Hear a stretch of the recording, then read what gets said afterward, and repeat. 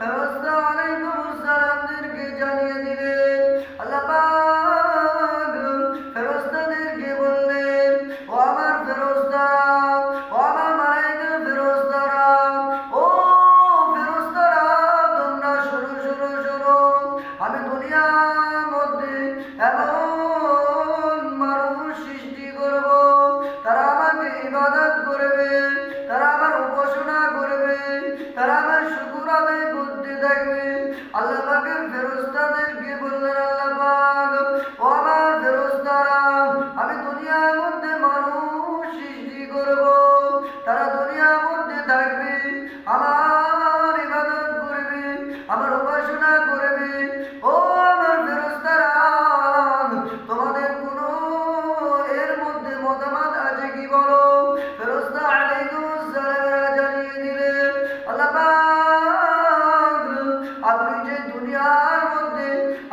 দুনিয়ার মধ্যে মানুষ সৃষ্টি করবেন বলছেন, আপনি যে দুনিয়ার মধ্যে মানুষ পাঠাবেন বলছেন, কিন্তু আপনি জানেন কি জানি না, আল্লাহ পাক, এই দুনিয়ার মধ্যে এরা গিয়ে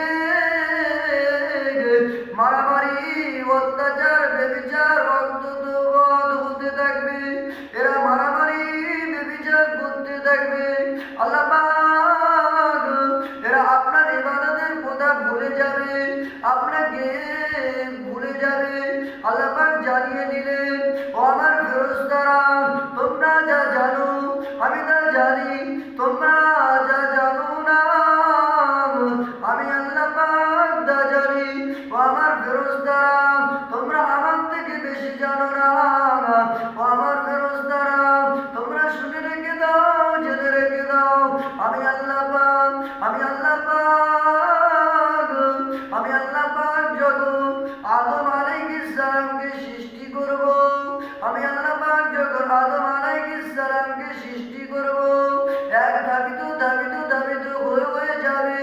আদমের পরিবারে থেকে হবে মা হাওয়া আলাইহিস সালাম, এরকম করে করে পুরো বংশ হতে থাকবে, আদম আলাইহিস সালামের সন্তান হতে থাকবে।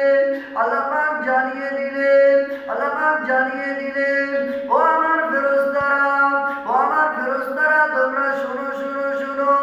ওই আদম সন্তানেরা, ওই আদম সন্তানেরা আমি আল্লাহ পাক, আমাকে ইবাদত করতে থাকবে, আমাকে উপাসনা করতে থাকবে, আমাকে ইবাদত করতে থাকবে, আমাকে উপাসনা করতে থাকবে। অবশেষে আদম আলাইহিস সালামকে যখন সৃষ্টি